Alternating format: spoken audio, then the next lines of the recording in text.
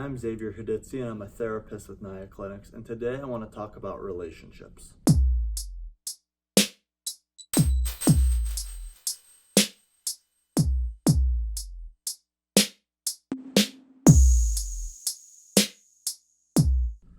Whether you're currently in a relationship and it's not feeling as fulfilling, or you're not as satisfied as you'd like to be, or you feel like it's just not working, or you're looking to be in a relationship, you really want a relationship, you want to create one in your life.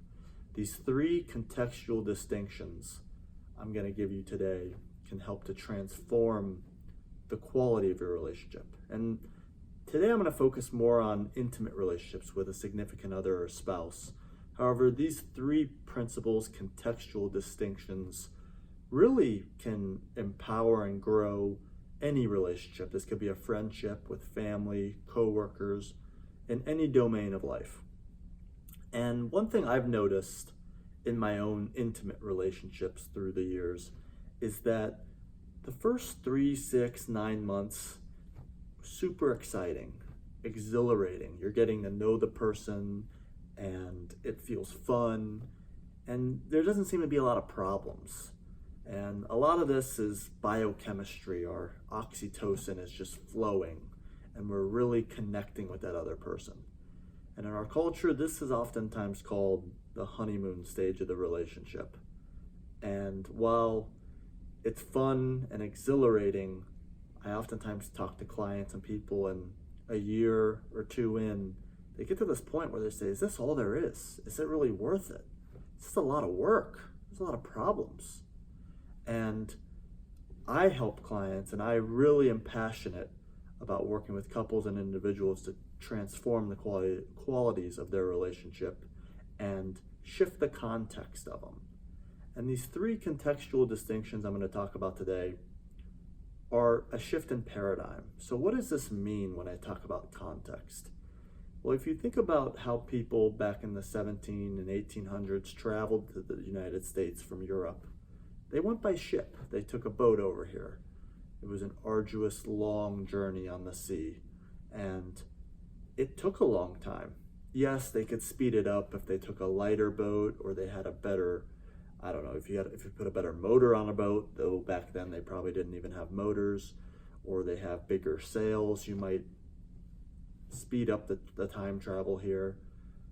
And making those changes are all changes at the level of content. So putting a bigger sail on, or making the boat lighter, or even changing the material of the boat. That's just changing content. And in relationships, we tend to do that a lot. Oh, we just need to change this about it. But shifting context is moving from taking a boat across the sea to using an airplane. It's a completely different paradigm, something that didn't exist before. Think about being in a small house and you don't like your house, and you just are rearranging the furnitures in the rooms. Try to create a different house, but at the end of the day, you're still in the same house. And a shift in context would be getting up and moving to a bigger house that more meets your needs. So today I want to talk about three contextual distinctions that can just transform the quality of your relationship.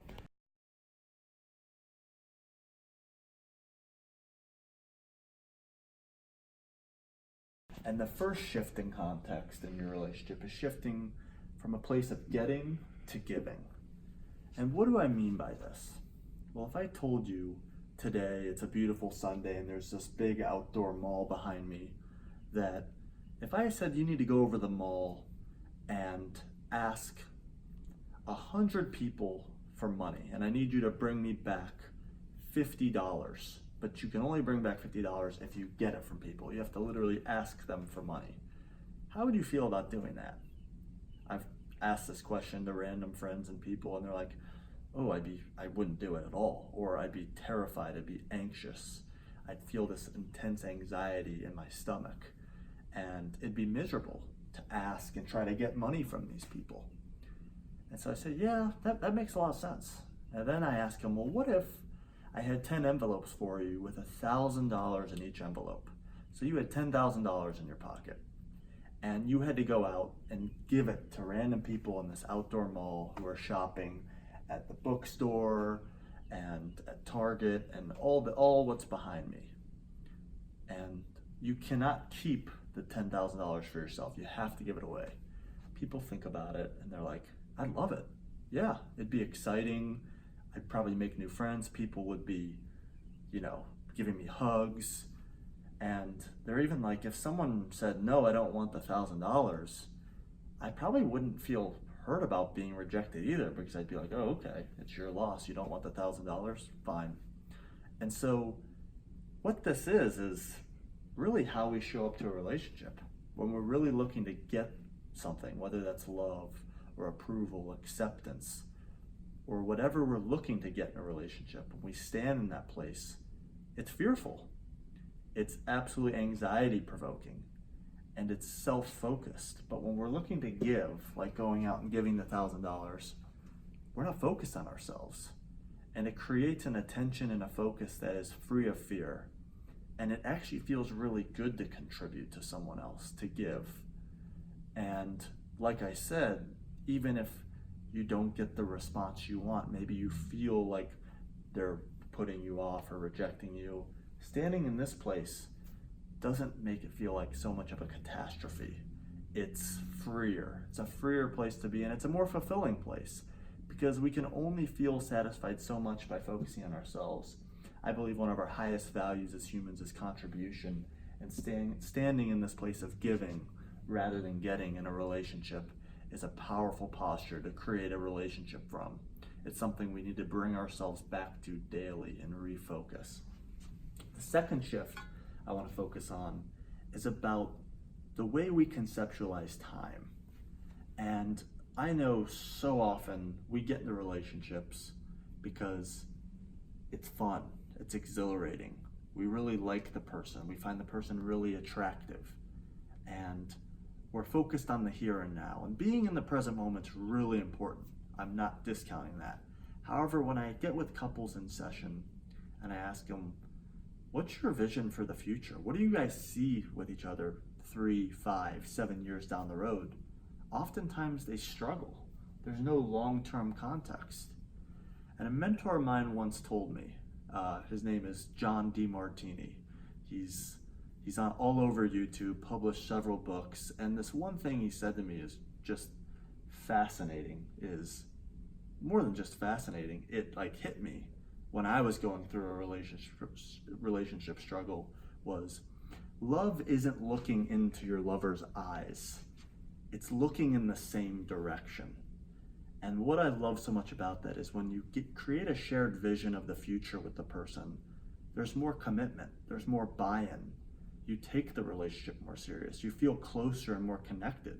There's a greater level of safety. You don't feel like the person's just gonna get out and leave, because if you're having conversations and planning the future, whether that be marriage or a family or whatever the future holds, retirement, having a long-term vision, a shared vision, is a powerful place, because just like in getting to giving, fear and anxiety goes down, commitment and buy-in just expands.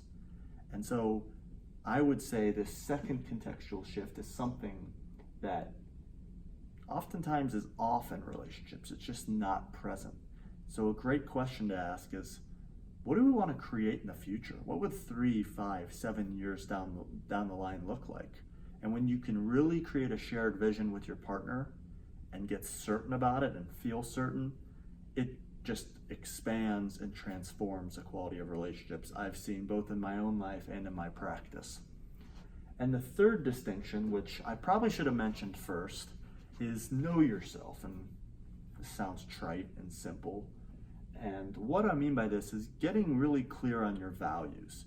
And this might be more important for people who aren't yet in a relationship and looking to get in a relationship. Though it's also important for people who might be in it, because I've had a lot of clients show up and talk about how they're in this relationship and they don't even know themselves. They don't even know what they want. They feel like their relationship has been their sole purpose in their life. And what a mentor of mine told me as well is far better to be the right person than find the right person. Because at the end of the day, we have to be in our own experience. And there's a good chance, hopefully, we won't be attached at the hip to our partner, because we're going to have our own life. We're going to probably work our own career, do things apart from our partner, and getting clear on your own values and what you want is the most powerful thing, because who you're being can transform the quality of relationship. And one more thing I want to talk about on this last point is when you think about getting clear on your own values and what you want, it can feel like a scary, explorative process. And I spend a lot of time with clients focused on this, because when you feel congruent with who you're meant to be, not who you think you should be or who others expect you to should be, it's inner peace, it's freedom. And it's really a place to come from that's whole and complete. You no longer feel as if your partner is completing you or making up for any sort of lack you have. You're completely confident and congruent in your own experience. And that's power, because this one feeds the first point, where if you feel complete and you feel at home with who you are, you can focus on giving, because you'll have stuff to give. You can't give what you don't have. And oftentimes in our culture, we use relationships as a way to feel good, to feel complete, rather than a way to give. And so these contextual distinctions I find to be really powerful to become aware of in your daily experience, and to begin to build greater awareness and really make these decisions that have the power to transform your relationship. So that's all I wanted to focus on today, shifting the context of your relationships. This could be any relationship. And this is really the work I'm passionate about. I work with clients individually, I work with couples, and I work with families to help them shift the context of their life. Thank you.